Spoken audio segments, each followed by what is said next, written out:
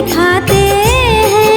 हम राम भक्त बजरंग बली की गाथा गाते हैं, हम कथा सुनाते हैं। हे राम भक्त हनुमान जय महावीर हनुमान, हे राम भक्त हनुमान जय महावीर हनुमान।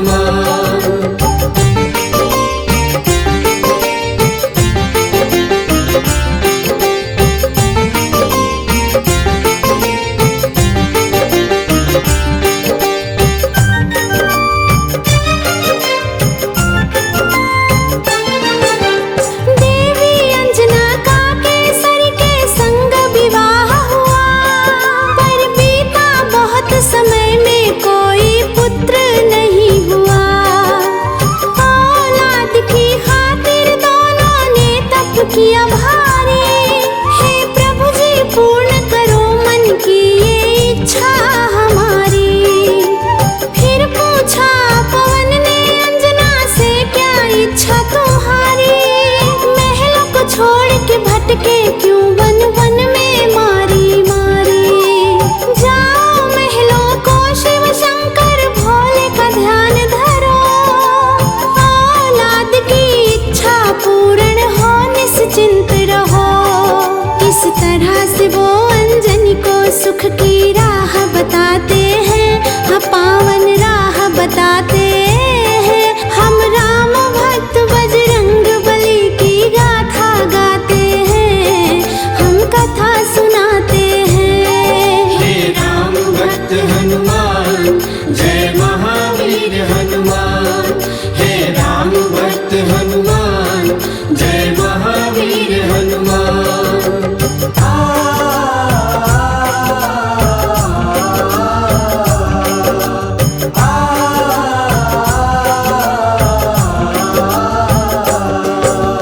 दिन रात वो दोनों करने लगे शिव का ध्यान। शिव भोले ने दरस दिया, बोले मांगो वरदान।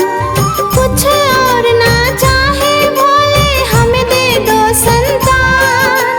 तुम्हारे ही घर में जन्मेगा मेरा अंश अवतार। तीनों ही लोकों में गूंजी उनकी जय जयकार। फिर चैत्र शुक्ल की 15 को प्रभु लीला दिखलाए। मांजनी के घर शिव अवतारी हनुमत थे आए। अंजना के संग में केसरी भी शिव गुण को गाते हैं। हम राम भक्त बजरंग बली की गाथा गाते हैं, हाँ पावन गाथा गाते हैं। हम राम भक्त बजरंग बली की महिमा गाते हैं, हम कथा सुनाते हैं। हे राम भक्त हनुमान जय महावीर हनुमान, हे राम भक्त हनुमान जय महावीर हनुमान।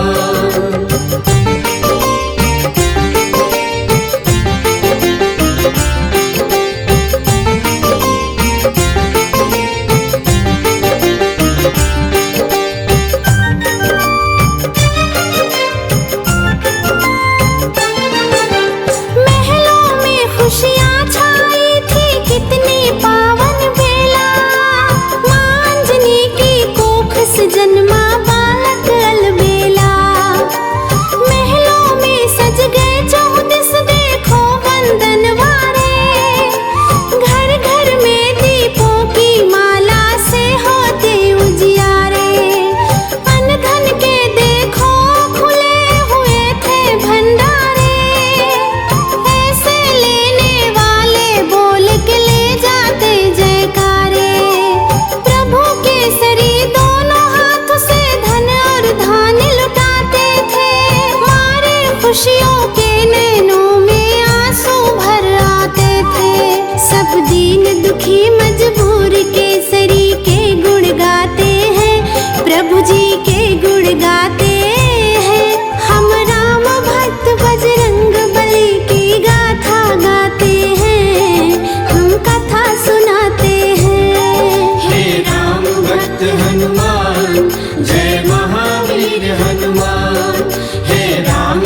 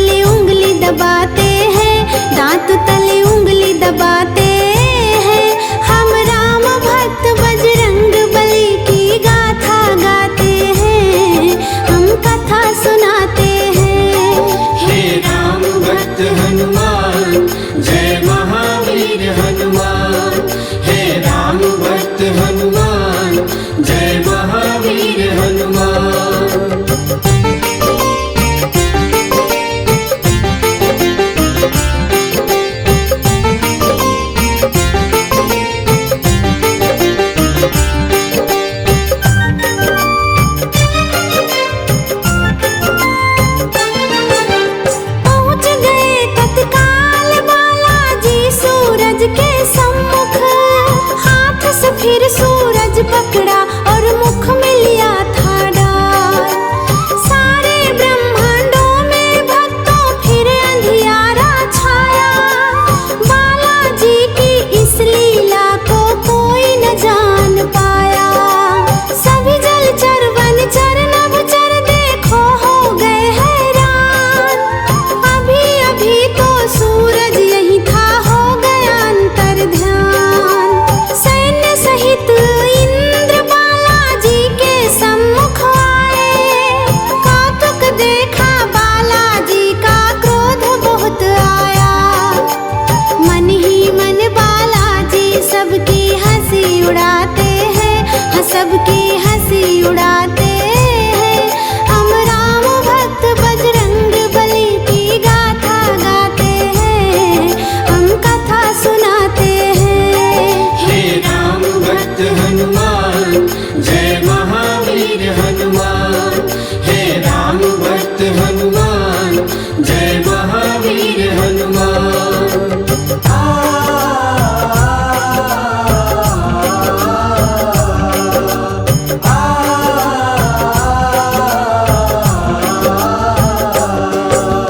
बोले इंद्र छोड़ दे सूरज को बालक नादान, वरना एक प्रहार में आ जाएगा तेरा काल। सुन के इंद्र की बात बाला मंद मंद मुस्काए। फिर दिखा अंगूठा मुख में इंद्र को दिए चिढ़ाए। इंद्र ने फिर एक बाण चलाया बालाजी की ओर। हवा में उड़ के हाथों से उसको दिया था तोड़। और कई शक्ति इंद्र ने उन पे बरसाई थी और वो सब भी बालाजी का बाल न बांका कर पाए। अब देखो इंद्र कैसे कैसे जोर लगाते हैं, हाँ कैसे जोर लगाते हैं। हम राम भक्त बजरंग बली की गाथा गाते हैं, हम कथा सुनाते हैं। हे राम भक्त हनुमान जय महावीर हनुमान। हे राम भक्त हनुमान जय महावीर हनुमान।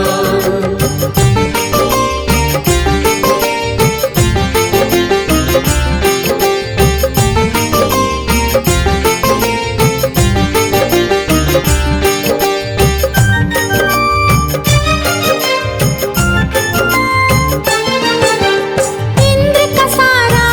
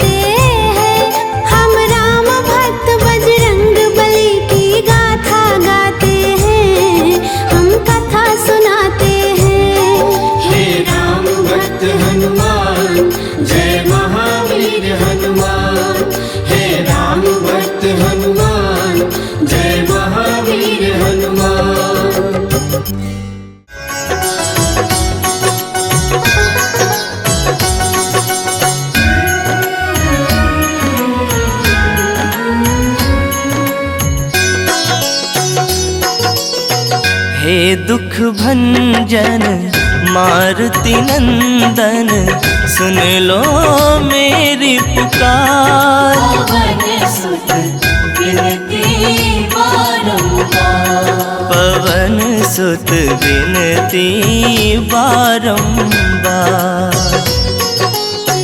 हे दुख भंजन मारुति नंदन, सुन लो मेरी पुकार। पवन सुत विनती बारंबार, पवन सुत विनती बारंबार।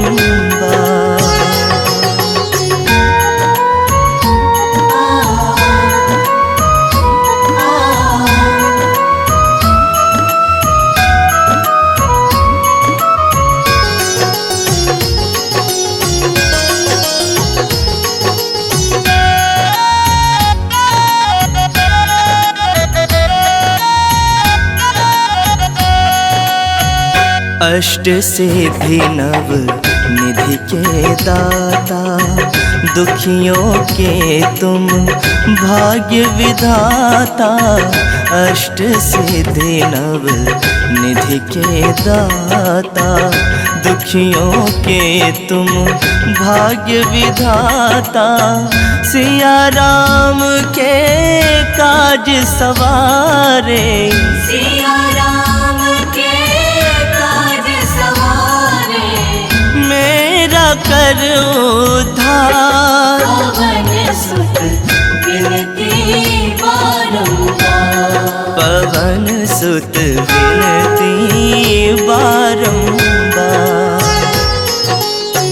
हे दुख भंजन मारुति नंदन, सुन लो मेरी पुकार। पवन सुत विनती बारंबार, पवन सुत विनती बारंबार।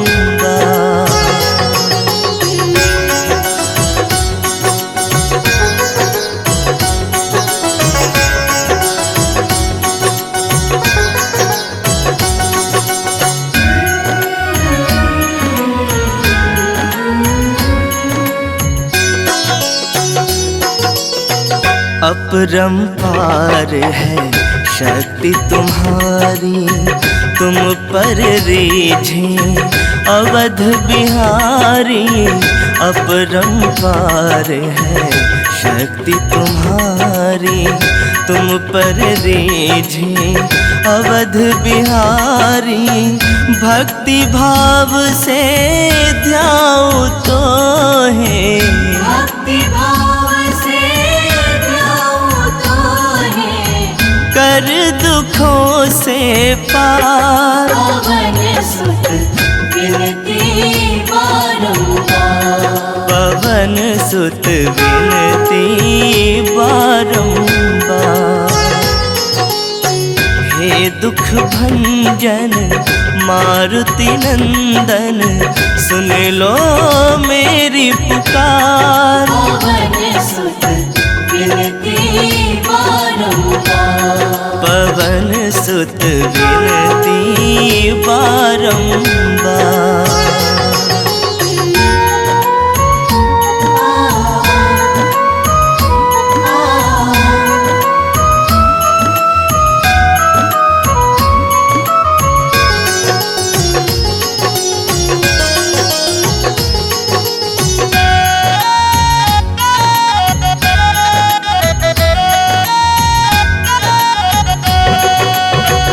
जपू निरंतर नाम तुम्हारा, अब नहीं छोड़ूं तेरा द्वारा। जपू निरंतर नाम तुम्हारा, अब नहीं छोड़ूं तेरा द्वारा। राम भक्त मोहे शरण में लीजे, राम भक्त मोहे शरण में लीजे। भव सागर से तार। पवन सुत विनती बारंबार, पवन सुत विनती बारंबार। हे दुख जन मारुति नंदन, सुन लो मेरी पुकार। पवन सुत विनती बारंबार, पवन सुत विनती बारंबार।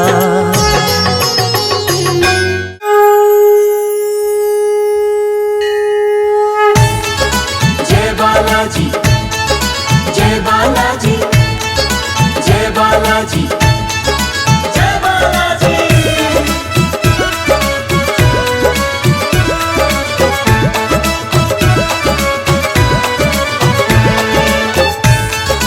जय बालाजी,